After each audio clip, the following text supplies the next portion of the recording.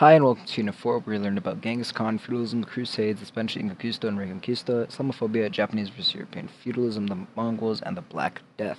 The beginning of feudalism is where we learned about the basics of why it was created and how the system worked. We also went over the reasons people were open-minded and closed-minded, or how people became closed-minded in the feudal era. The feudal mindset is closed because they used large fiefs or manor to close off serfs and vassals who owed service to the king, meaning people wouldn't leave their homes because they were scared of invaders.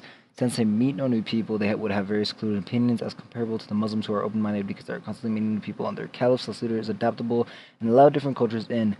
Viking Magyars and Muslims began to invade Europe, and feudalism became a way to counter invaders and protect society. Social status became defined; those who fought, prayed, and worked. The manor was invented and became a self-sustained economy. Peasants lived a very hard life under the manor system.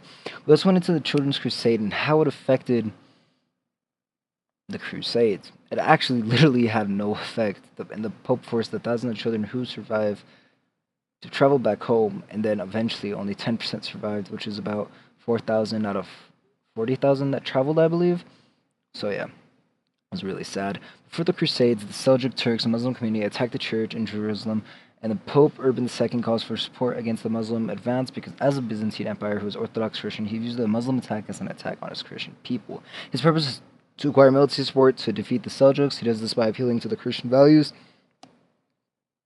Telling the court of Flanders he will go to hell if he does not aid them. The Byzantine Empire eventually won the first major crusade, and it was a huge success. They built castles in the Holy Land, and after they won the first crusade, but they kept pushing it, and they lost the preceding 13 crusades against the Muslims. The crusades were built to fight and drive the Muslims out of Europe and to reclaim the Holy Land. In the fourth and last major crusade, Venus had a contract to transport crusaders to the Middle East, which was referred to as the Levant. Venus did not pay all what is due, so the Venetians persuaded the Crusader debtors to first Zaxar and then Constantinople, a major trade competitor of Venus. The First Crusade never made the Holy Land, and Islamic forces prevailed in the Lebanon.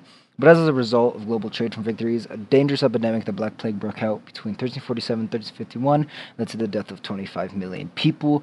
But there was also positives. Trade was still intact from the West and East and continued to trade silk, gold, and silver, and global trade increased. Social structure became more fluid, with new emphasis on economics rather than that. But also, the ideas of the Reconquista was a long effort by the Spanish to drive the Muslims out of Spain, and in 1942, they completely drove the Muslims out.